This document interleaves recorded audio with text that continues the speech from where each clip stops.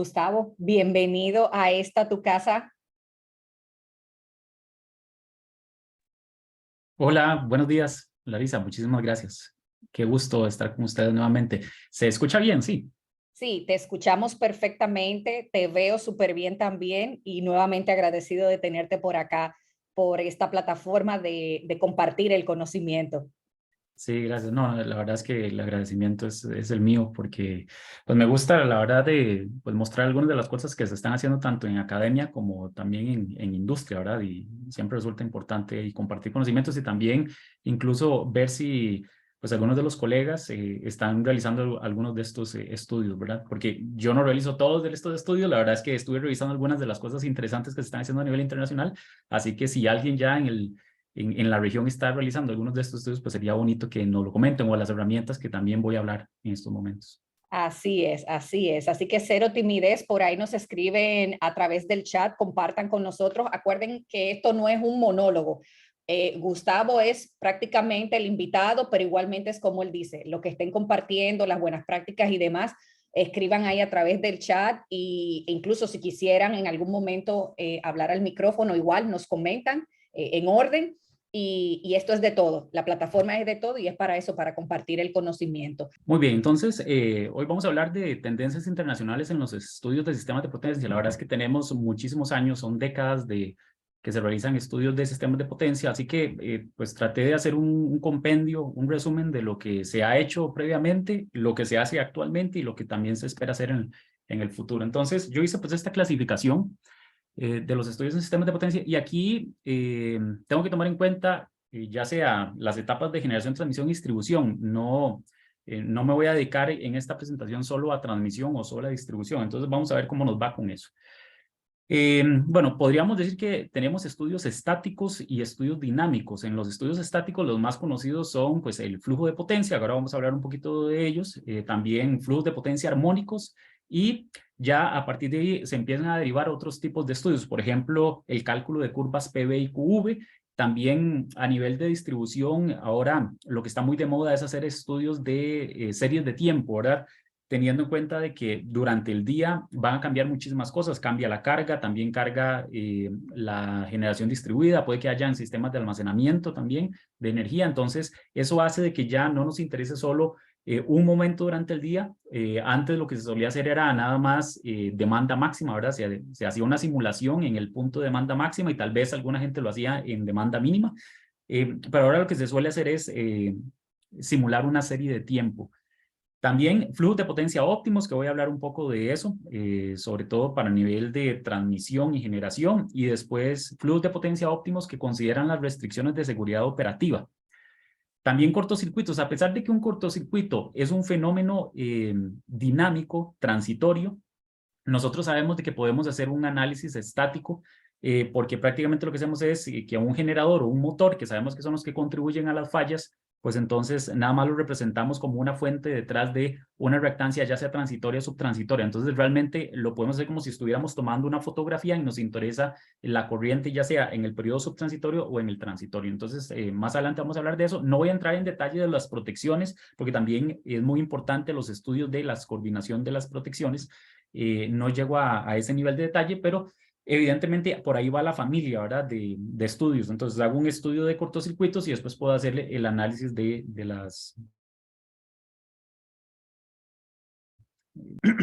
A nivel de estudios dinámicos, pues yo quise hacer esta separación. La verdad es que hay muchísimas clasificaciones. Yo lo hice lo más sencilla posible, que serían estudios dinámicos electromagnéticos, dentro de lo que están los estudios de resonancia, ¿verdad? Que serían aquellas, ¿cómo podríamos decirlo? Interacción o intercambio de energía entre algunos elementos en la red eléctrica, posiblemente inductores y capacitores también, que a una frecuencia muy particular, pues puede tener oscilaciones muy grandes, ¿verdad? Y es particularmente porque a esa frecuencia particular las impedancias son muy pequeñas.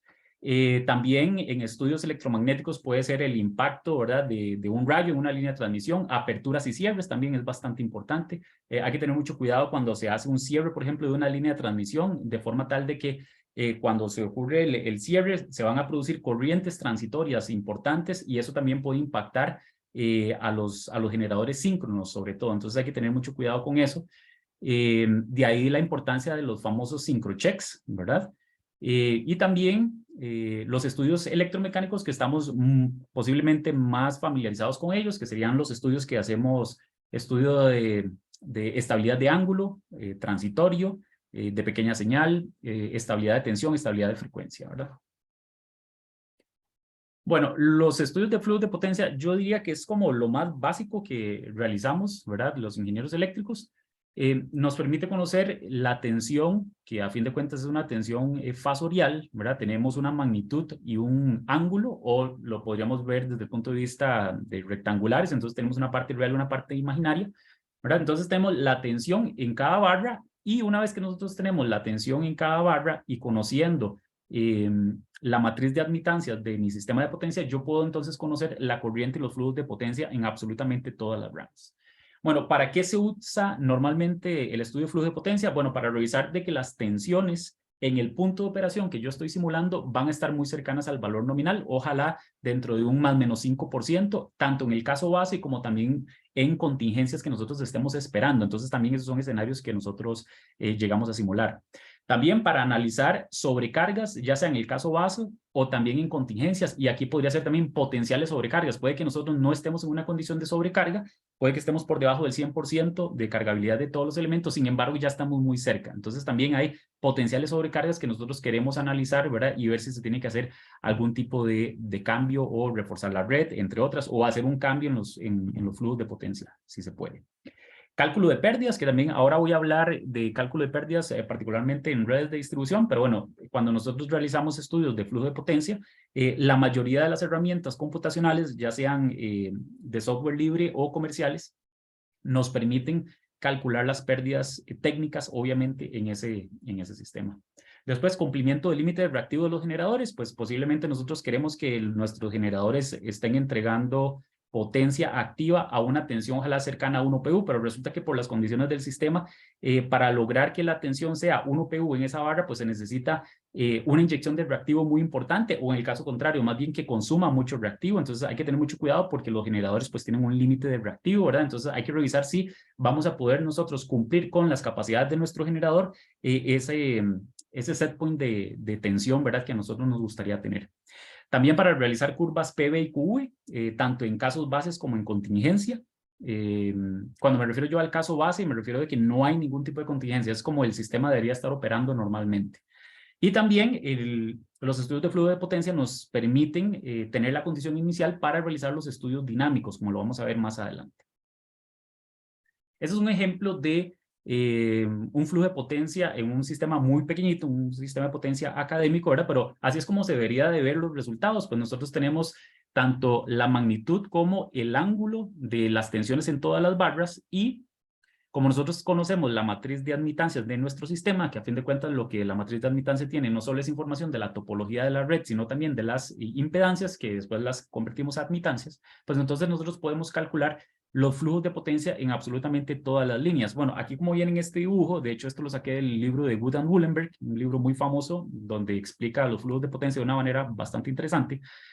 Aquí pueden ver que la flecha significa flujo de potencia activa, y después esta flecha con esta raya cruzada acá es la potencia reactiva, ¿verdad?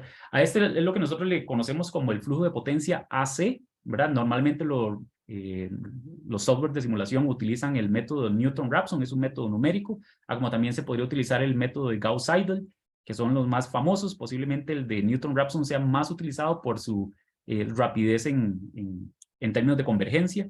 Y hay algo muy interesante que se utiliza a nivel internacional también, que es una simplificación del flujo de potencia, que serían los flujos de potencia DC. Y con esto no me refiero a que alguna parte del sistema o que el sistema de potencia es en corriente directa, simplemente es una representación más sencilla de mi sistema de potencia AC, en el cual consideramos que las magnitudes de las tensiones en todas las barras es 1 por unidad, sería la tensión nominal, y no nos interesa la potencia reactiva.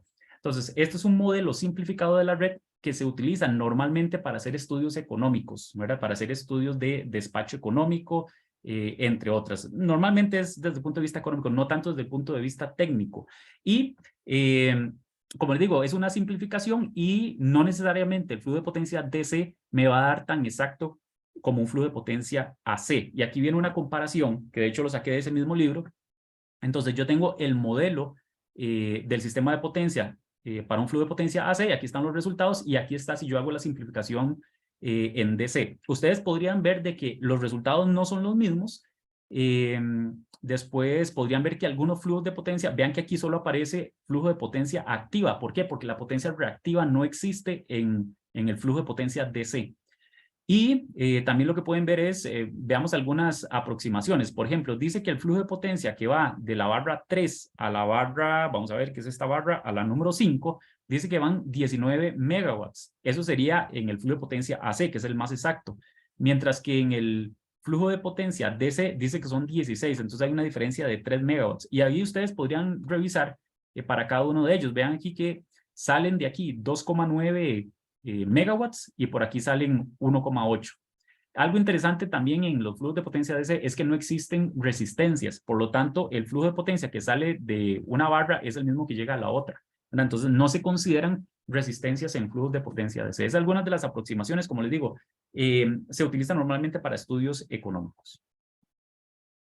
Algo muy importante que nosotros podemos hacer con algoritmos de solución de flujos de potencia es curvas PV, ¿verdad? Y esas curvas PV es una metodología que consiste en incrementar la transferencia de potencia de un área a otro, que puede ser simplemente de una barra a otra barra, y donde nosotros monitoreamos la tensión en barras críticas. Esto es típico de análisis de estabilidad de tensión, pero se le llama análisis estático de estabilidad de tensión. Entonces, tal vez recordarán ustedes que en curvas PV, solo la parte superior de las curvas es lo que nosotros consideramos que es estable, ¿verdad? Así que cuando nosotros nos acercamos, por ejemplo, a la nariz de esta curva, es cuando estamos llegando a la máxima transferencia de potencia. Claro que si nosotros tenemos compensación de reactivo, entonces eso hace que la transferencia de potencia activa que yo tenga de una zona a otra va a ser mayor. Entre más reactivo, compensación de reactiva yo tengo, pues entonces puedo transferir más.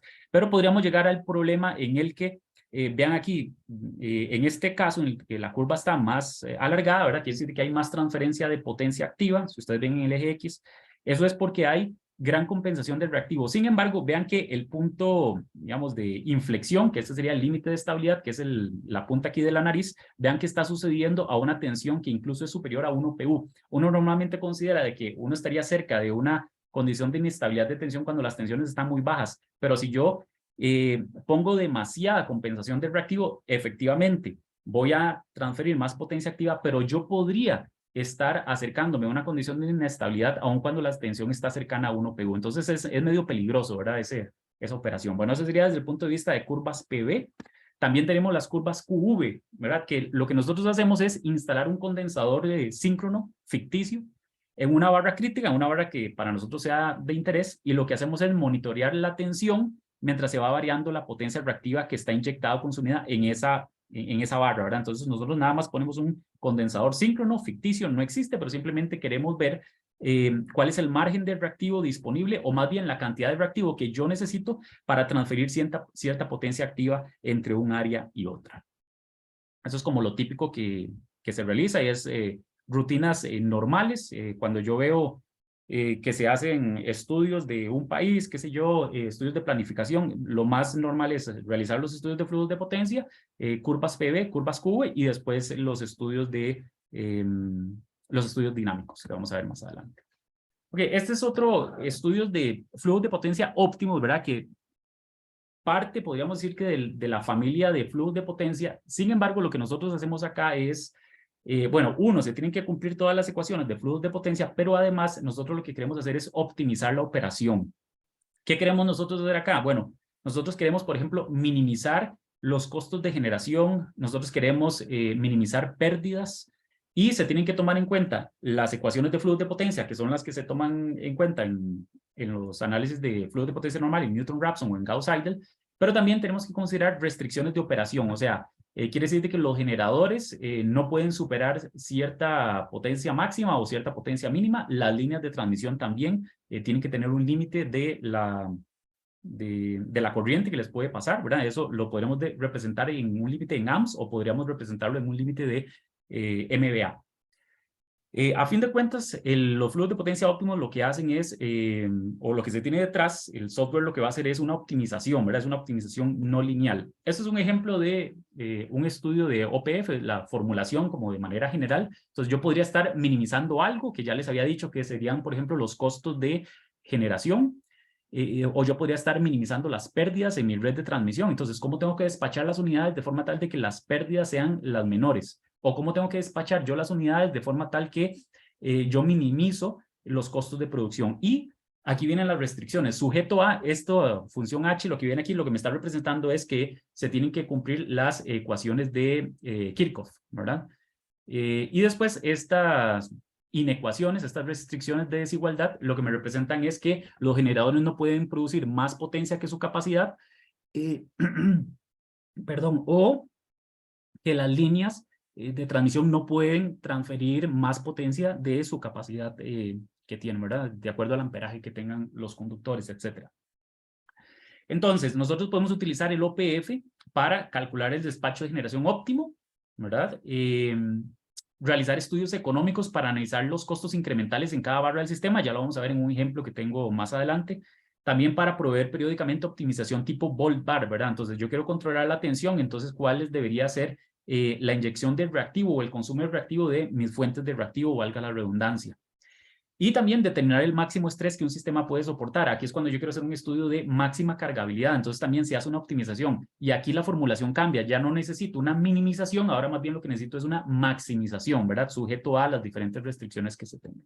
Entonces, esto es un estudio pues, de optimización, ¿verdad? Necesitamos un solver para resolver ese problema de optimización. Aquí viene un ejemplo muy sencillo en el cual se tiene un sistema de 3 barras nada más, donde tenemos el generador en la barra 1 y el generador en la barra 2, y ustedes pueden ver de que cada uno de estos generadores tiene una curva de costo, ¿verdad? En función de que de la potencia activa de salida, ¿verdad? El generador 1 dice que lo menos que puede entregar es 0 megawatts, posiblemente es una planta hidro, y lo máximo es de 200 megawatts, mientras que el generador 2 lo más que puede entregar son 700 megawatts, ¿verdad? Y aquí se ven las curvas de costos de ella. ¿Qué más? Bueno, las líneas de transmisión, tenemos que considerar también las restricciones a ellas. Entonces dice que la línea de transmisión que va de la barra 1 a 2, que es esta que ustedes ven aquí abajo, dice que lo más que puede transferir son 250 MVA. Y la línea 1.3 puede llevar 200 y la línea 2.3, que sería esta por acá, puede llevar 400 MVA. Aquí vean que aparece valor absoluto porque no importa si el flujo de potencia es para la derecha o para la izquierda, ¿verdad? Entonces, ¿cómo sería la solución de esto? Bueno, aquí les voy a enseñar la solución de este problema. Entonces, aquí nos dice que el generador 1 debe entregar 178 megawatts y el generador en la barra 2 tiene que entregar 539 megawatts. Aquí ustedes ven que se están cumpliendo efectivamente las restricciones de capacidad de esos generadores. Y también vean que los flujos de potencia, estos son los flujos de potencia en las 3 líneas. Si yo calculo la potencia aparente, entonces me da 121, en este lado me da 228, en este lado me da 325. Vean que se están cumpliendo las restricciones. Y aquí también yo puedo obtener los costos incrementales, ¿verdad? En cada uno de los nodos. Entonces, los costos incrementales lo que me dicen es cuánto me cuesta producir un megawatt hora extra, ¿verdad? En cada una de estas barras. Entonces, aquí donde es más caro es en la barra número 3, ¿verdad? Dice que es $49,9 por megawatt hora adicional. Entonces, es un ejemplo de un OPF, pues, bastante sencillo, ¿verdad? Es uno muy pequeñito, pero sirve para entender más o menos en qué anda el OPF.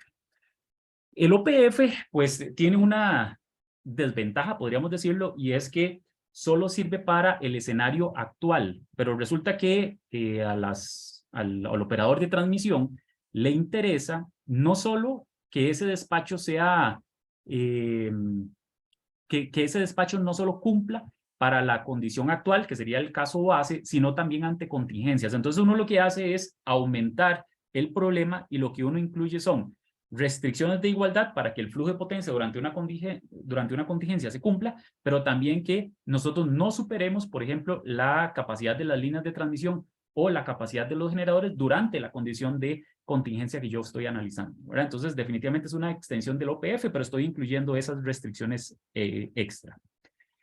Eso en inglés se le llama el SCOPF porque viene de Security Constraint Optimal Power Flow. Entonces, en español sería un OPF con restricciones de seguridad operativa. Entonces, lo que hace el SCOPF es proveer un despacho preventivo al considerar las restricciones de seguridad, ya que está considerando contingencias. Y aquí viene un ejemplo de esto. Veamos este caso. Supóngase que yo calculé el OPF, ¿verdad? O sea, el despacho de las unidades que están en este sistema de potencia, muy sencillo, ¿verdad? Pero sin considerar contingencias. Entonces, en este caso, se está cumpliendo que la capacidad de los generadores no se está, digamos, excediendo, o más bien la potencia de salida de los generadores no está excediendo la capacidad de los generadores. Después, los flujos de potencia en estas líneas de transmisión, pues están bien porque no se está sobrepasando la capacidad de esas líneas de transmisión. Hasta ahí está muy bien.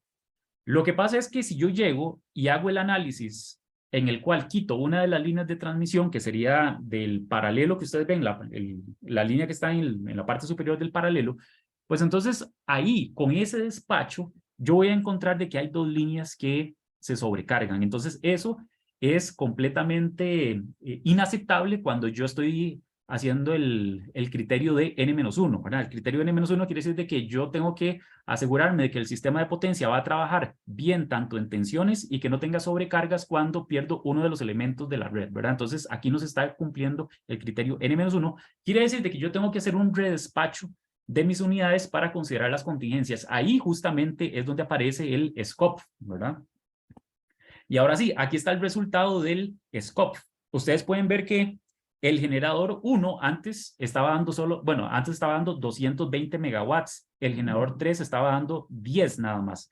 ¿Por qué era este despacho? Pues posiblemente porque el generador 3 era muy caro, ¿verdad? Entonces, cuando se hace el estudio de optimización, se ve que el generador 3 es muy caro, entonces él tiene que dar muy poquito. Cuando yo considero las restricciones por contingencias, vean que el generador 3 ya no tiene que dar 10 megawatts, ahora tiene que dar 30. Y como ese era el generador más caro, quiere decir de que esto me va a costar a mí más dinero, ¿verdad? Entonces, me cuesta más dinero, pero ese es el costo de la seguridad operativa, ¿verdad? Entonces, ahora el generador 1 pasó de dar 220, ahora da 160. El generador 2, que antes estaba dando 20, ahora da 60, ¿verdad? Entonces, los generadores más caros ahora tienen que entregar un poquito más de potencia de forma tal de que se cumplan las restricciones durante contingencia. Ahora sí, si yo hago el análisis de contingencias N-1, yo podría ver que con este despacho, vean ahí, hago el análisis de N-1, si yo pierdo la línea de transmisión que había analizado previamente, ahora sí, las líneas de transmisión están cumpliendo con los flujos de potencia. Si yo ahora hago el análisis, pero con la salida de otra línea, sigo todavía con un análisis de N-1 porque solo lo que hice fue quitar la línea que está entre las barras 2 y 3. Ahí pueden ver que las otras líneas se mantienen. Y aquí podemos ver el otro análisis de contingencia, que sería el N-1, ¿verdad? En el cual otra vez las líneas que quedan en el sistema de potencia no se están sobrecargando. Entonces, ahí está la diferencia entre un estudio OPF y un estudio SCOP, ¿verdad? Cálculos de corrientes de falla son sumamente importantes, ¿verdad? Nosotros necesitamos conocer las corrientes que podríamos tener en nuestro sistema de potencia de forma tal de que podamos entonces dimensionar los elementos de protección, pero también para coordinar esos elementos de protección. Entonces, algo importante es que los generadores se modelan como fuentes detrás de una reactancia, ya sea la transitoria o la subtransitoria. Si a nosotros nos interesa, aquí, bueno, aquí de hecho está la gráfica de un cortocircuito en un generador, en terminales de un generador. Aquí ustedes pueden ver que al puro inicio nosotros vamos a tener una corriente que es muy alta y eso se le llama el periodo subtransitorio, ¿verdad? Después vamos a ver que esa corriente está decayendo un poquito, ¿verdad? Y después llegamos al periodo transitorio y finalmente al del régimen permanente. Eso es como que si la falla se mantuviera. Entonces, nosotros podemos hacer el análisis en el periodo subtransitorio, quiere decir que es cuando las corrientes son más altas, y después podríamos hacer el análisis con la corriente transitoria. Ahí es cuando los software de simulación nos preguntan a nosotros, ok, ¿quiere que utilicemos la reactancia subtransitoria o la transitoria? Cuando yo digo que quiero utilizar la reactancia subtransitoria del generador, quiere decir de que yo voy a estar calculando la corriente en el periodo subtransitorio. Los motores pequeños normalmente se ignoran si son menores a 50 caballos de fuerza, si no me equivoco, de acuerdo a normas ANSI y AAA. Y los grandes los modelamos como que si fueran generadores, porque tenemos que recordar que los motores de inducción y los motores síncronos se comportan como generadores en el momento de una falla, porque ellos aportan a la corriente de falla, ¿verdad? Entonces, algo importante es que a pesar de que, como les había dicho al inicio, una falla es un fenómeno transitorio, nosotros podemos representarlo como simplemente una fuente detrás de una reactancia, ya sea transitoria o subtransitoria, ¿verdad?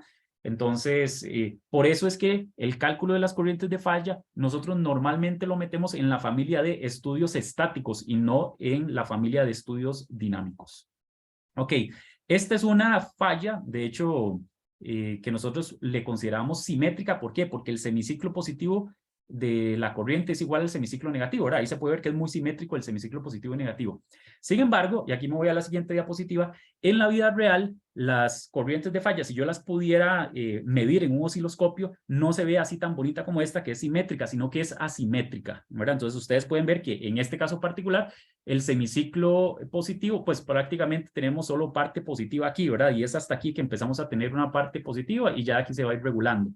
¿A qué se debe esta asimetría? Bueno, eso se debe a la componente DC que aparece en los estatores de las máquinas sincrónicas, ¿verdad? Entonces, esa corriente DC que cae rápidamente, eso sí, me afecta la corriente simétrica, entonces yo termino con una corriente asimétrica. ¿Qué es lo que hacen los software de simulación? Los software de simulación siempre me van a calcular la corriente simétrica, ¿verdad? Ya sea que yo lo hago en el periodo subtransitorio o en el transitorio, y después me calculan o me estiman la corriente asimétrica con un factor de multiplicación, ¿verdad? Es un factor de corrección y eso se hace de acuerdo a lo que diga la ANSI EEE C37 o la IEC 60909. De hecho, la mayoría de los software de simulación, cuando yo voy a hacer el estudio de corrientes de falla, entonces me dicen, ok, para calcular la corriente asimétrica, desea que yo utilice la técnica que establece ANSI EEE o desea que lo haga con la técnica que establece la IEC, ¿verdad? Entonces, eso uno lo puede escoger en el software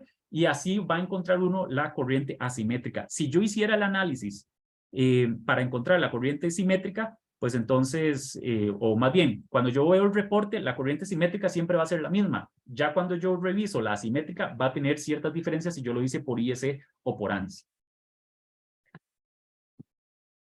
Ok, aquí, antes de pasarme a los estudios dinámicos, sí quería pues, mostrar algunas de las cosas que se están haciendo a nivel de distribución.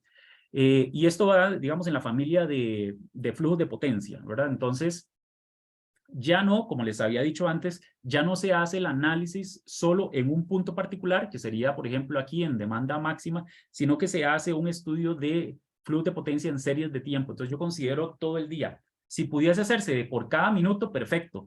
Pero si no, si se tienen información cada 10 minutos, pues se hace cada 10 minutos. Si se tiene cada 15 minutos, se hace cada 15 minutos, media hora o una hora. Pero lo cierto del caso es que necesitamos ahora series de tiempo para hacer los flujos de potencia y ver cómo cambian, ¿verdad?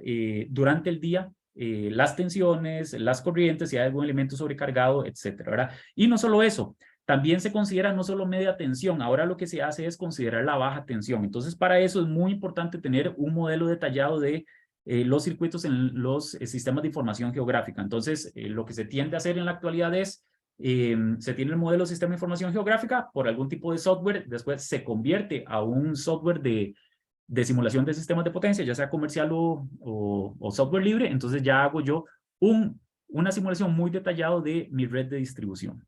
Entonces, muy importante que ahora también se está considerando baja tensión, no solo media, ¿verdad? Lo clásico era considerar solo media tensión y cuando venía un transformador, ese se consideraba que era una carga agregada. Entonces ya ahora se modela el transformador de distribución y se llega a baja tensión o los secundarios. Bueno, eso permite, por ejemplo, entonces hacer estudios de pérdidas técnicas, ¿verdad? Entonces hay dos opciones.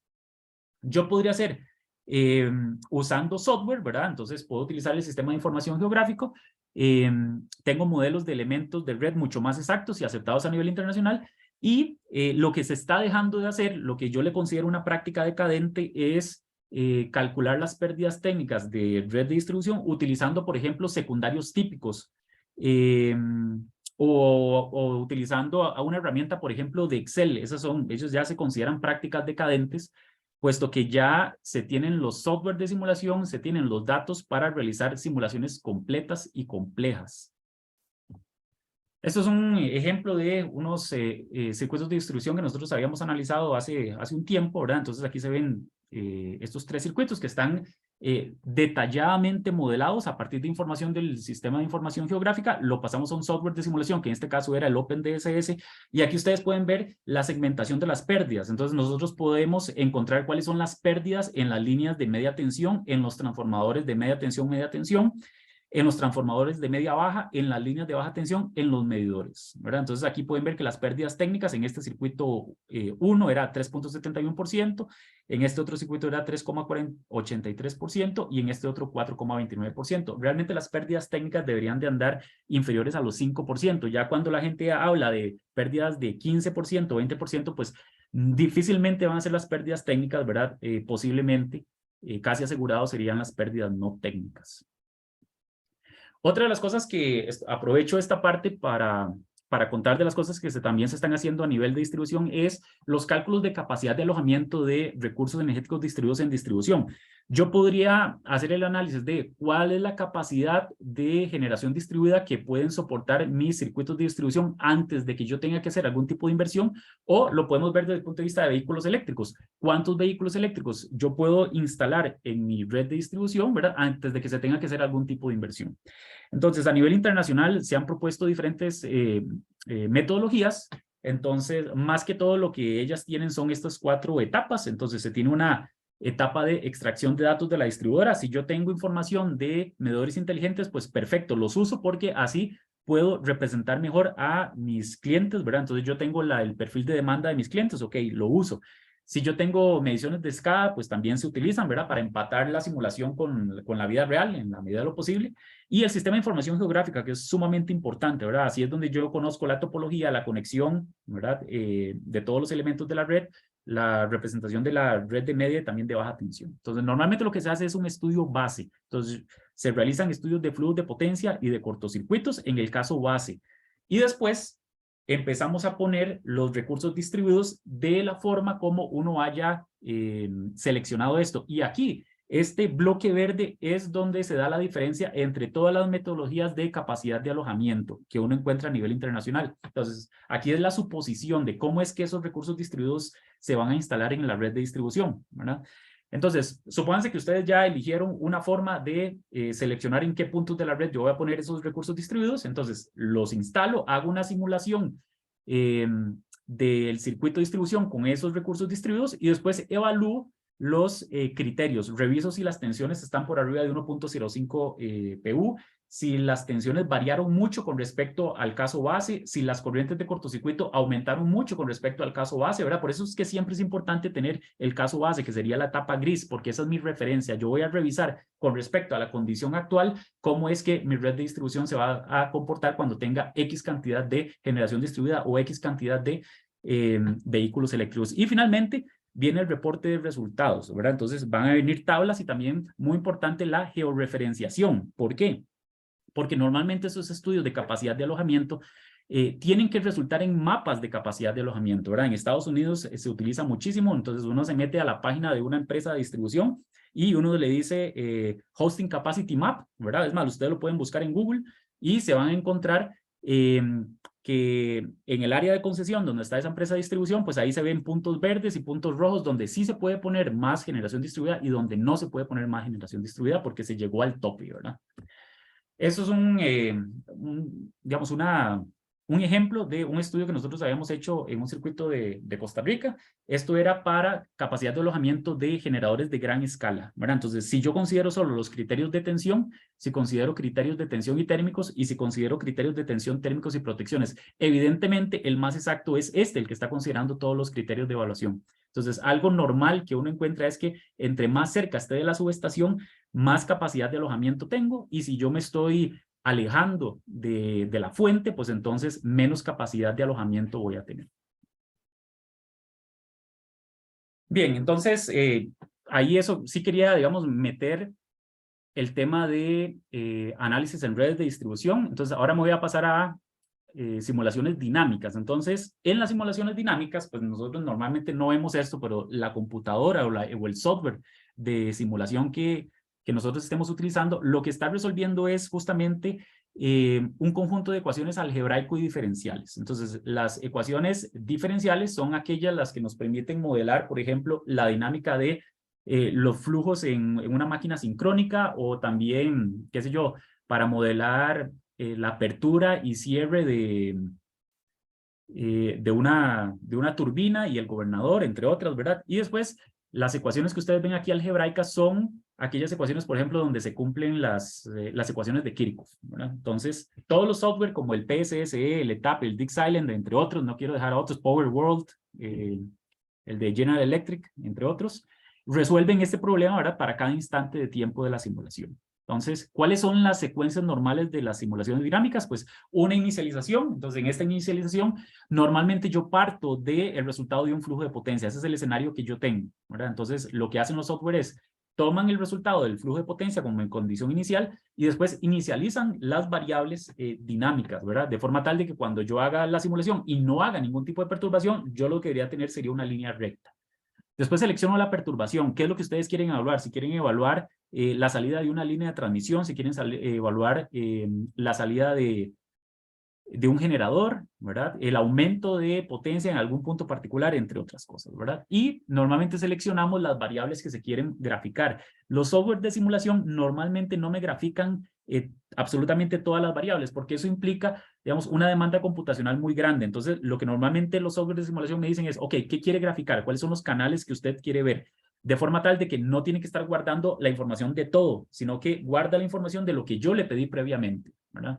Y finalmente, simulación en el tiempo. Entonces, lo que se tiene aquí es un método numérico que está resolviendo las ecuaciones algebraico diferenciales, y finalmente yo tengo el reporte de resultados y viene la interpretación de los usuarios, que es la parte más importante, ¿verdad? Entonces, yo hago la simulación, pero ok, ¿qué implica para mí que una tensión se haya ido para arriba o que la frecuencia cayó demasiado, etcétera, ¿verdad? Entonces, es la parte donde ya viene el análisis ingenieril, que eso solo lo podemos hacer nosotros. Bueno, ese sería, digamos, un ejemplo de una secuencia de una simulación. Este es un ejemplo de una simulación tipo RMS, que ya más adelante les voy a explicar qué es una simulación RMS y cómo se diferencia de una simulación EMT, que sería transitoria, electromagnética. Entonces, normalmente empezamos en una RMS con la inicialización. Aquí estaría la inicialización. Esto viene del resultado de un flujo de potencia. Entonces, las variables dinámicas se inicializan de forma tal de que coincida el inicio de la simulación con el resultado del flujo de potencia. Después, normalmente lo que hacemos es que dejamos unos cuantos segundos en esa condición, solo para mostrarte que el sistema estaba bien, y viene la perturbación, ¿verdad? Entonces, ahí viene después todo esto que ustedes ven aquí, estas dinámicas, pues viene de la solución del método numérico, y finalmente viene la condición post-perturbación. Esto es lo típico. Esto lo realicé con el software PSSE para un sistema ahí de prueba que tenía. Bueno, entonces aquí viene la parte importante de los estudios dinámicos y las escalas de tiempo. Entonces, hay 4 escalas de tiempo muy, muy importantes. Ustedes pueden ver esto. De hecho, esto lo saqué de un artículo de la IEEE que salió en el 2020. De hecho, viene más adelante la referencia por si alguien quiere revisarlo. Los fenómenos de onda, pues vean que el periodo de tiempo es muy corto, ¿verdad? Entonces, ¿qué está ahí? Pues la propagación de la onda, digamos, de un rayo en una línea de transmisión. Después, ¿cómo se llama esto en español? Conexión y desconexión de elementos, ¿verdad? Y después, los controles de los convertidores de potencia. Eso es algo muy importante. Y algo que yo seleccioné acá, ustedes pueden ver, y es que existe y se espera que exista interacción entre los controles rápidos de los convertidores, y también que esos convertidores yo los voy a encontrar pues en todos estos generadores de energía renovable, como también me los voy a encontrar en dispositivos FACTS. Pero vean que esos controles rápidos pueden estar interactuando con transitorios del estator, ¿verdad? También con transitorios de las líneas de transmisión, que más adelante les voy a explicar un poquito de esos, y después dice aquí resonancia subsincrónica. Esto es algo muy importante, y las siguientes diapositivas voy a tratar de hablar de este tema en particular. Después vienen los fenómenos electromagnéticos. Para nosotros hacer análisis de fenómenos electromagnéticos necesito un software que se enfoca justamente en este fenómeno. Entonces son los software o las simulaciones tipo EMT, Electromagnetic Transient. Después viene el fenómeno electromecánico y aquí es donde nosotros realizamos los estudios de estabilidad de ángulo, estabilidad de frecuencia, estabilidad de tensión, ¿verdad? Y que ahorita realmente lo que nosotros hacemos son simulaciones tipo RMS o simulación tipo aproximación fasorial, también se le llama en la literatura. Y finalmente vienen los fenómenos termodinámicos que vean aquí, que ya son incluso minutos y horas. Y normalmente pues nosotros no lo trabajamos, ¿verdad? Ok, los fenómenos de onda, fenómenos en líneas de transmisión que son causados por descargas eléctricas o también la apertura y cierres de esos elementos. Y después el control de los convertidores, esto sería electrónica de potencia. Los fenómenos electromagnéticos, vean que andan en el orden de los milisegundos a un segundo máximo. Entonces, esto se debe a cambios electromagnéticos en las máquinas eléctricas. Este es un ejemplo de una simulación electromagnética. Esto se lo van a encontrar como simulación tipo EMT, Electromagnetic Transient, ¿verdad? Y este es el estudio dinámico más exacto. ¿Por qué? Porque es muy detallado, ¿verdad? Y los pasos de integración andan en el orden de los pocos microsegundos. Ventajas, bueno, que es muy detallado. Desventaja, que normalmente nosotros necesitamos una cantidad de recurso computacional impresionante para poder tener estas simulaciones, ¿verdad? ¿Qué es lo que entonces se hace? Si yo no puedo simular al sistema de potencia completo porque es sumamente grande, ¿verdad? No lo puedo hacer en una simulación EMT, entonces lo que se hace es que se selecciona una parte muy particular de mi sistema de potencia donde posiblemente yo estoy teniendo algún tipo de problemas de tipo electromagnético, entonces se hace el análisis ahí, ¿verdad? Entonces es una de las cosas que se puede hacer. No considero todo el sistema de potencia, solo considero una parte.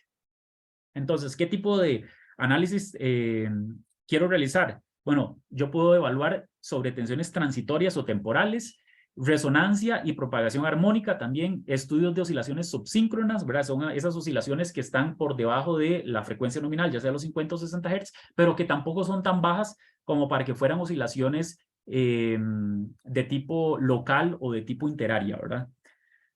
Después, estudio de electrónica de potencia, también para el diseño y estudio de enlaces de alta tensión tipo DC y también para estudio y el diseño de dispositivos FACS, ¿verdad? SBCs, STATCOMs, entre otras. Ok, los fenómenos electromecánicos, bueno, aquí aparece que dice que andan en el orden de los 1 segundo a los 30 segundos. Posiblemente, yo diría que antes del segundo, uno puede encontrar los fenómenos electromecánicos, ¿verdad? Y están causados por las oscilaciones de las masas rodantes de los generadores y los motores, que ocurren cuando hay una perturbación en el sistema, cuando se da la operación del sistema de protección o cuando hay acciones normales de los sistemas de control de excitación o de turbina, o sea, del gobernador y el AVR. Y después están los fenómenos termodinámicos que andan en el orden de los minutos a las horas. Entonces aquí viene algo importante que tenemos que reconocer de las simulaciones electromecánicas es que son estudios dinámicos simplificados porque el más detallado es el tipo EMT, ¿verdad? Entonces, las tensiones y las corrientes las representamos por números complejos. Y a estas simulaciones les llamamos RMS o simulaciones con aproximación fasorial, ¿verdad? Los estudios de estabilidad de tensión, frecuencia y ángulo son los que utilizan este tipo de simulaciones y nosotros consideramos que hay una operación balanceada del sistema de potencia y a eso también es lo que le llamamos que hacemos una simulación con secuencia positiva únicamente. Ahora sí, hay que hacer algún tipo de simplificación. Por ejemplo, los generadores, nosotros lo que hacemos es que en el modelo de los generadores para las simulaciones tipo RMS o aproximación fasorial, es que la dinámica del estator se ignora porque es sumamente rápida, entonces no necesitamos considerar, de hecho, ese elemento que a fin de cuentas lo que hay es en la ecuación del estator, uno lo que dice es que la derivada del flujo del estator, decimos que es cero, y no es porque se mantiene estático, es que es tan rápido, ¿verdad? Que para efectos de lo que nosotros estamos estudiando ya eso cambió y simplemente ya permaneció constante. Después lo mismo hacemos para los motores. La dinámica del estator se ignora porque es sumamente rápido. Las líneas de transmisión, recordarán ustedes que para los estudios de simulaciones tipo RMS, nosotros consideramos de que la línea de transmisión es un modelo pi, ¿verdad? Y es completamente estático. En la realidad, las líneas de transmisión deberían de representarse por ecuaciones diferenciales, pero también los fenómenos de las líneas de transmisión son tan rápidos que para efectos de la simulación electromecánica no me interesa, ya murieron esas dinámicas, por lo tanto yo puedo representarlo por un modelo estático. Y en cuanto a la electrónica de potencia, normalmente se hacen simplificaciones de los lazos de control y no se modela el PWM, el modulador de ancho de pulso.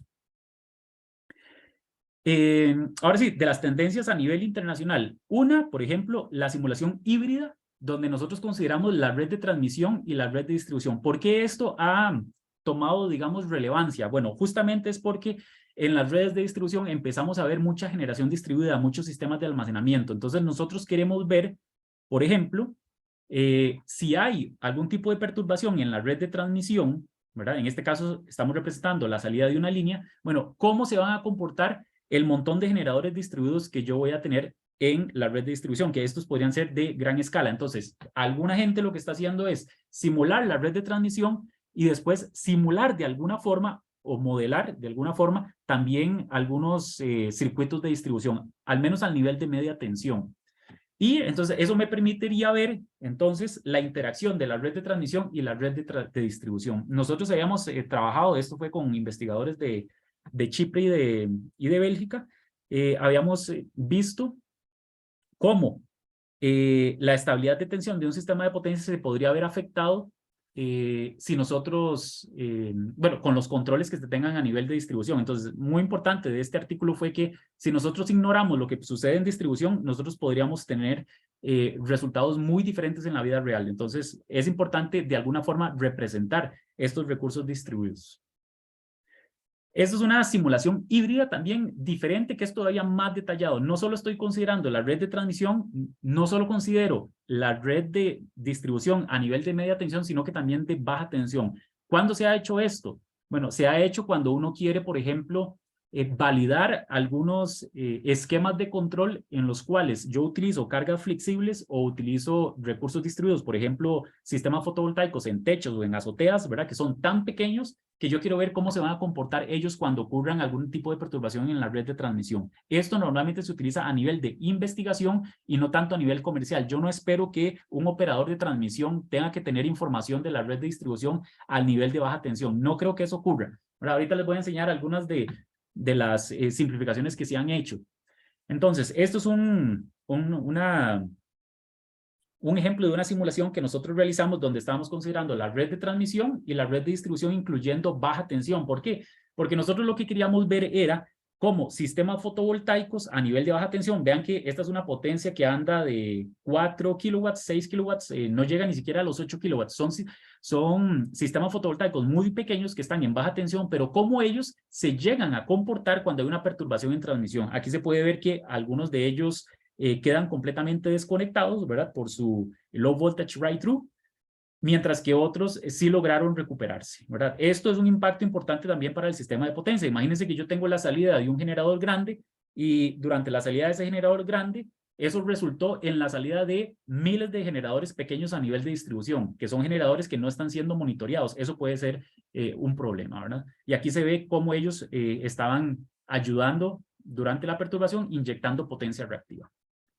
Ok, ¿se espera que se llegue a ese nivel de detalle? No, posiblemente que no, ¿verdad? Entonces, lo que se puede hacer es, yo mantengo la representación bastante buena del sistema de transmisión, pero de la red de distribución lo que hago es considerar una carga agregada y considero un generador distribuido agregado. Ese, a nivel internacional, sobre todo los esfuerzos que han hecho en Estados Unidos, los esfuerzos que vienen de la WEC y también de EPRI, llegaron a obtener el modelo DER-A, así es como se llama, es un modelo agregado. Entonces, lo que ese modelo hace es, trata de representar cómo van a responder miles de generadores distribuidos cuando haya una perturbación en transmisión. Entonces, es una de las opciones que también se pueden contemplar en un futuro cercano cuando en las redes de distribución de sus países tengan una participación considerable de generadores distribuidos.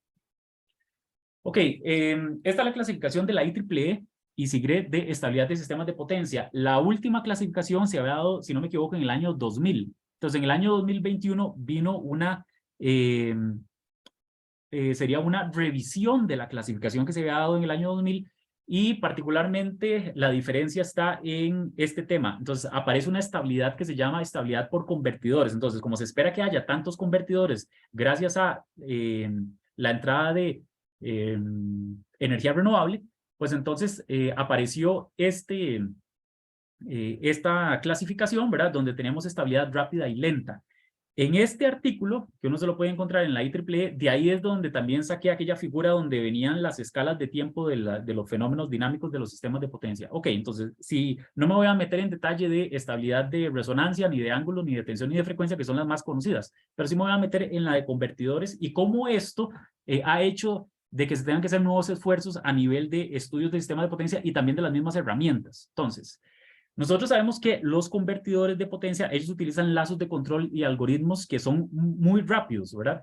El tema aquí es que estos convertidores pueden interactuar con transitorios electromagnéticos de la red y también con las dinámicas electromecánicas de las máquinas. Entonces, pueden haber dos tipos de estabilidad. Está la interacción rápida, donde los sistemas de control, que son muy rápidos de la electrónica de potencia, empiezan a interactuar con las líneas de transmisión y también con las dinámicas del estator de las máquinas rotativas y otros convertidores. Esto es sumamente importante. Yo les había dicho a ustedes que en las simulaciones RMS, las líneas de transmisión se modelan con un modelo estático, mientras que las dinámicas del estator, de los generadores y los motores se ignoran. Entonces, quiere decir que las simulaciones RMS no me van a servir para poder ver este tipo de estabilidad. Quiere decir que se tienen que hacer algún tipo de cambio, ¿verdad? Bueno, la interacción lenta sería los mismos sistemas de control de electrónica potencia, pero con dinámicas electromecánicas. Recuerden que las dinámicas electromecánicas son un poquito más lentas. Ok, entonces, han venido esfuerzos a nivel internacional donde tratan de hacer lo siguiente. Ok, entonces, consideran, supónganse que esto donde dice IBG significa Inverter Based Generator, o sea, es un generador que está conectado a la red eléctrica por medio de un inversor, ¿verdad? Entonces, este tiene lazos de control muy rápidos, ¿verdad? Y lo que se hace ahora entonces es que utilizamos el modelo dinámico de las líneas de transmisión, ya no utilizamos el modelo estático, entonces quiere decir de que las líneas de transmisión tienen que ser representadas por ecuaciones diferenciales. Y después, a los motores y los generadores, esto puede ser un motor de inducción o motor síncrono, y esto puede ser un generador síncrono, entonces sí tenemos que considerar la dinámica del estator. Ya no podemos decir de que aquella elemento, componente en el sumando de las ecuaciones del estator, ya no podemos decir que esa derivada con respecto al tiempo es cero. ¿Quién ha trabajado en esto? Bueno, resulta que en Estados Unidos, el Laboratorio de Energías Renovables, ellos tienen un software de simulación que es abierto. Eso sí, hay que trabajarlo en Julia.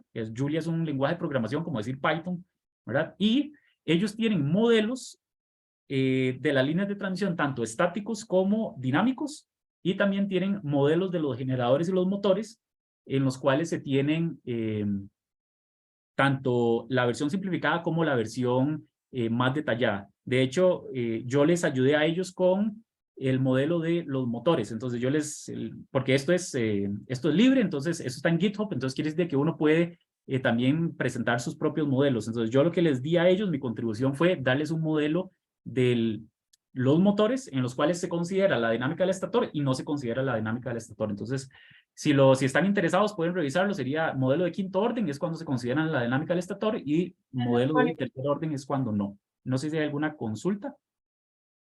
¿No? Ok. Por cierto, algo interesante es que los dos ingenieros que están más metidos en esto son latinoamericanos. Uno es José Daniel Lara, que es de Costa Rica, entonces tiene bastantes años de estar allá en Estados Unidos, y el otro es Rodrigo, que es chileno. Entonces son dos latinoamericanos que están pues trabajando fuertemente en resolver este tipo de problemas. Ya casi vamos a terminar. Vamos a ver cómo estoy de tiempo, sí. También está una simulación híbrida tipo RMS y EMT.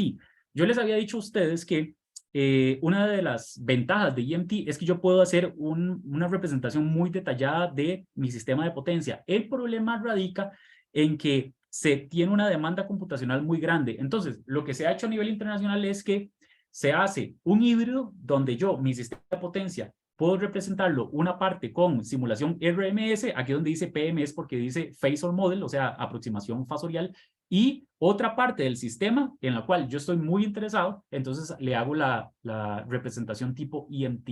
Entonces, hay software comercial que ya pueden hacer esto. Eso hace unos 10 años yo lo estaba viendo en la academia y ya algún tipo de software comercial ya empieza a tener este tipo de soluciones. Simulación en tiempo real, eso es algo también que está muy de moda, ¿verdad? Ahora uno escucha de que se abren montones de plazas en Europa, Estados Unidos, en Canadá y en Australia, donde dicen que requieren personal para hacer simulaciones en tiempo real. Entonces, la simulación en tiempo real se divide en dos. Una simulación que es completamente digital, donde no hay entradas ni salidas, entonces simplemente el usuario lo que tiene ahí es una representación, eso sí, en tiempo real de su sistema de potencia, pero uno no puede interactuar, no puede sacarle cosas o no puede meterle cosas. La simulación de tipo tiempo real con hardware in the loop, que es esta tipo Hill, entonces ahora sí, me permite a mí, entonces, por ejemplo, conectarle relés. Entonces, yo puedo tener la representación virtual de mi sistema de potencia y después yo puedo tener algunos relés que yo quiero estar probando o algún sistema de control que yo quiero probar. Entonces, antes de ponerlo en marcha en el sistema real, entonces yo lo pruebo en la representación virtual de la red, ¿verdad? Entonces, ¿por qué se llama en tiempo real? Bueno, primero, se llama en tiempo real porque un segundo de simulación exactamente le toma al simulador un segundo en la vida real, ¿verdad? Y además es un simulador tipo EMT, es transitorios electromagnéticos, ¿verdad? Entonces es algo muy poderoso. Estas son las dos marcas que dominan el mercado, no son las, sí, no, creo que no son las únicas, pero definitivamente RTDS y Opal RT son las que abarcan el mayor mercado de simuladores en tiempo real. Y en esta línea de simulación en tiempo real y de virtualización de mi sistema, pues aparecen también los gemelos digitales, ¿verdad? Entonces, son modelos virtuales de equipos y sistemas.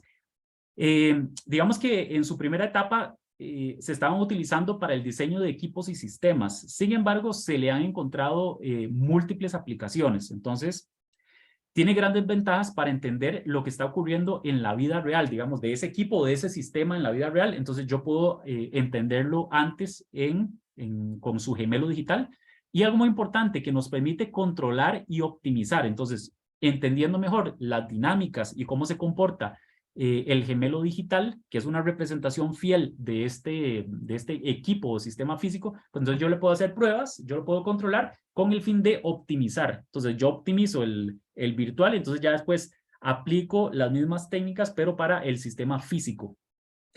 También tiene gran potencial para entrenamiento de personal. Entonces, como es una copia, podríamos decir, es una copia digital de la vida real, entonces se puede utilizar para el entrenamiento de personal. Eso también resulta bastante interesante. Y pueden estar sincronizados ese modelo, ¿verdad? Puede estar sincronizado con el equipo o con el sistema que yo estoy representando. Entonces hay flujo de información. Entonces le estamos con mediciones del sistema real, eso se lo pasamos al modelo digital y entonces él se va adaptando a las condiciones reales, ¿verdad? Entonces son temas bastante interesantes y herramientas que posiblemente se van a utilizar en el futuro cercano. Bueno, esta era la presentación que les tenía, de hecho, sí, poco menos de una hora. Así que no sé si tienen algún comentario, si tienen experiencias con algunos de estos simuladores, particularmente con simulación en tiempo real, o si han adquirido alguna herramienta de gemelos digitales.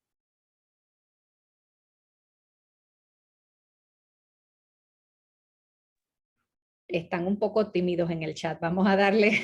Pero por ejemplo, los simuladores en tiempo real, yo sé que no hay muchos. De hecho, bueno, la Universidad de Costa Rica tiene un simulador digital que es de Opal RT y ellos nos habían dicho que no habían tantos en Latinoamérica. Entonces, no me extrañaría de que sea, digamos, algo ajeno. Me parece que en Ecuador, si no me equivoco, o en Ecuador o en Bolivia había una universidad que tenía también la Universidad de Costa Rica y no sé si en Puerto Rico también había uno.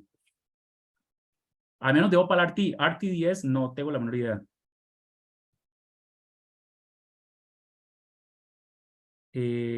Bueno, aquí dice Wilson, si puedo ampliar lo que son simulaciones RMS. Sí, la simulación RMS, pues es una simulación, vamos a ver si me regreso.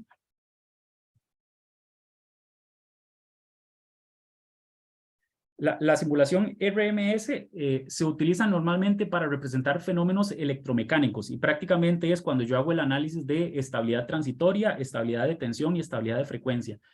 Prácticamente lo que hacemos es, son algunas aproximaciones o algunas simplificaciones. Por ejemplo, era lo que les estaba mencionando, a los generadores, efectivamente los representamos con un modelo de ecuaciones diferenciales. Sin embargo, no consideramos la dinámica rápida del estator. Eso tampoco lo hacemos en los motores. Y las líneas de transmisión las representamos simplemente como un modelo pi, ¿verdad? Donde tenemos una impedancia serie y después dos elementos en derivación, pero esos son elementos que son completamente estáticos. No estamos utilizando unas ecuaciones diferenciales para representar esa línea. Y después, con respecto a la electrónica de potencia, pues no se modela el PWM de la electrónica de potencia. En cambio, en simulaciones tipo EMT, a ellas sí es muy fácil de identificarlas porque en las simulaciones EMT nosotros vemos la forma de onda de las tensiones. Vean aquí este caso particular. Aquí lo que nosotros estamos graficando es la tensión RMS, ¿verdad? Es el valor RMS. Aquí nosotros no estamos viendo la forma de onda de la tensión, simplemente su valor RMS. Por eso es que le llamamos que la simulación es tipo RMS. Y también le llamamos aproximación fasorial, porque las tensiones y las corrientes las representamos por números complejos.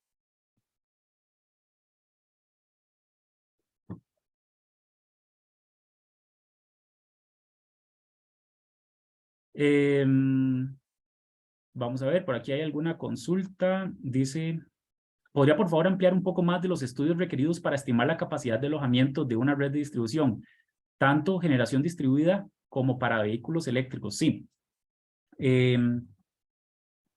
Bueno, algo importante es que hace unos años, voy a venirme para acá. Hace unos años tal vez la pregunta que se tenía la gente era, ok, ¿cuál es el impacto que va a tener la generación distribuida en los circuitos de distribución? Ya nosotros sabemos que los impactos van a ser, por ejemplo, aumento de las tensiones, posiblemente, variabilidad de la tensión. Entonces, supónganse que si hay mucha generación distribuida tipo fotovoltaica, entonces puedo tener un caso en el que tengo mucha radiación solar, ¿verdad? Entonces las tensiones se suben y después pasa una nube. Entonces, otra vez la irradiación baja, entonces las tensiones van a bajar y así sucesivamente. Entonces, puedo tener variaciones de las tensiones y otra de las cosas que también puede ocurrir es un aumento de las corrientes de falla, ¿verdad? ¿Por qué? Porque yo tengo más generadores, sobre todo si esos generadores son máquinas rotativas, ¿verdad? Entonces, el aporte de las corrientes de falla es importante. Si lo que tengo es generadores con electrónica de potencia, pues entonces el aporte de la corriente de falla es muy limitado, posiblemente es el 1 PU, o sea, la corriente nominal de ese equipo. En fin, entonces ya nosotros sabemos cuáles son los impactos. Ahora, lo interesante o la siguiente pregunta que se hace en las empresas eléctricas es ¿cuánta generación distribuida se puede ubicar en mi circuito de distribución antes de hacer algún tipo de inversión en la red, ¿verdad? Porque a mí también me preguntan, bueno, ¿cuál es la capacidad máxima de generación distribuida en un circuito? Bueno, la capacidad máxima es bastante alta si yo le hago adecuaciones a ese circuito. Entonces, lo interesante aquí es no hacerle esas inversiones, es ver hasta qué momento con la red actual sin hacer ningún tipo de modificación, entonces hasta ese momento, entonces cuánta generación distribuida yo puedo incluir, ¿verdad? Entonces, lo que se hace normalmente es este tipo de estudios que ustedes ven acá. Entonces, una de las cosas importantes son los criterios de evaluación. Yo no hablé en esta presentación, no quería entrar en tanto detalle, pero los criterios de evaluación comunes son, entonces, que las tensiones no suban por arriba de 1.05 PU, que las tensiones, que la variación de la tensión con respecto al caso base no sea superior a 5% a nivel de baja tensión y 3% a nivel de media tensión. Después, hay que revisar también si las corrientes de cortocircuito van a aumentar mucho. Nosotros, por ejemplo, revisábamos de que las corrientes de cortocircuito no superaran un 10%, o sea, que el aumento de las corrientes de corto no superaran un 10%. También reducción de alcance. La reducción de alcance también es un criterio que se utiliza en el cual lo que yo reviso es que el breaker principal de mi alimentador no se llega a desensibilizar por la generación distribuida. Es algo interesante porque alguna gente dice, bueno, lo que va a suceder es que las corrientes de falla van a aumentar. Sí, definitivamente, pero resulta que dependiendo de la ubicación de los generadores distribuidos y y la ubicación de la falla, es posible que el breaker principal del alimentador pueda ver que la corriente más bien es menor. Entonces, eso se llama una desensibilización del breaker. Entonces, también hay que estar revisando eso. Entonces, uno revisa cuánto está disminuye. Vale, entonces, si nosotros vemos que la desensibilización es mayor a un 10%, entonces nosotros paramos la simulación y decimos, aquí ya no se puede poner más generación distribuida, etcétera, ¿verdad? Entonces, esos son estudios importantes que en Estados Unidos se piden de manera obligatoria. Les comento que a nivel de Costa Rica, el año anterior, enero del 2022, por ley de la República, los diputados les pidieron a las empresas eléctricas realizar los estudios de capacidad de alojamiento. Entonces ya se va a quitar en Costa Rica aquel criterio que es el famoso criterio del 15%, que decía que no se podía poner más, o el nivel de penetración de generación distribuida no podía ser mayor al 15% de la demanda máxima de ese circuito en el año anterior. Entonces ya eso se elimina en Costa Rica, es un criterio, digamos, conservador, pero entonces ahora se les va a exigir a las empresas eléctricas que realicen simulaciones para ver cuál es la capacidad real. Y se le pide al ARECEP, que el ARECEP es el ente regulador de Costa Rica, se le pidió que hiciera la metodología para que las empresas eléctricas de distribución pudieran seguir esa metodología. Entonces, en eso está, al menos en Costa Rica. Entonces, en los próximos meses se espera que las empresas eléctricas ya tengan que hacer este estudio de capacidad de alojamiento. Para el caso de vehículos eléctricos es exactamente lo mismo, ¿verdad? Simplemente que en lugar de estar metiendo generadores distribuidos en la simulación, ¿verdad? Lo que hacemos es, ponemos los vehículos eléctricos y aquí lo interesante más bien va a ser ver elementos sobrecargados, posiblemente transformadores se van a sobrecargar, o también ver tensiones muy bajas. Me pregunta aquí Claudio Martín, ¿algún software para estudios de vertimento? Me imagino que es de load shedding. Bueno, normalmente nosotros en los webinars no recomendamos ningún tipo de software. Entonces, la verdad es que son muchos los software que me permiten hacer estos estudios de vertimento. Entonces, no puedo decir que un software es mejor que otro, la verdad. Después, en simuladores de tiempo real ayuda mucho para analizar la penetración de recursos renovables a generación distribuida. Sí, estoy completamente de acuerdo. Va a ser sumamente interesante la simulación en tiempo real para representar entonces a mi red, ¿verdad? De distribución. Esto no se limita a transmisión, ¿verdad? Entonces yo puedo representar mi red de distribución y hacer la simulación en tiempo real. Siempre a Gustavo de estar presente en estas iniciativas y a los participantes igual, reiterándonos a la orden. Gustavo es de la casa. Cualquier pregunta al respecto, escriban, que nosotros con gusto le estaremos respondiendo. Entonces, formalmente cerrar lo que es el webinar del día de hoy. Nos reencontramos en un próximo webinar y Gustavo, nos estamos viendo el lunes nuevamente.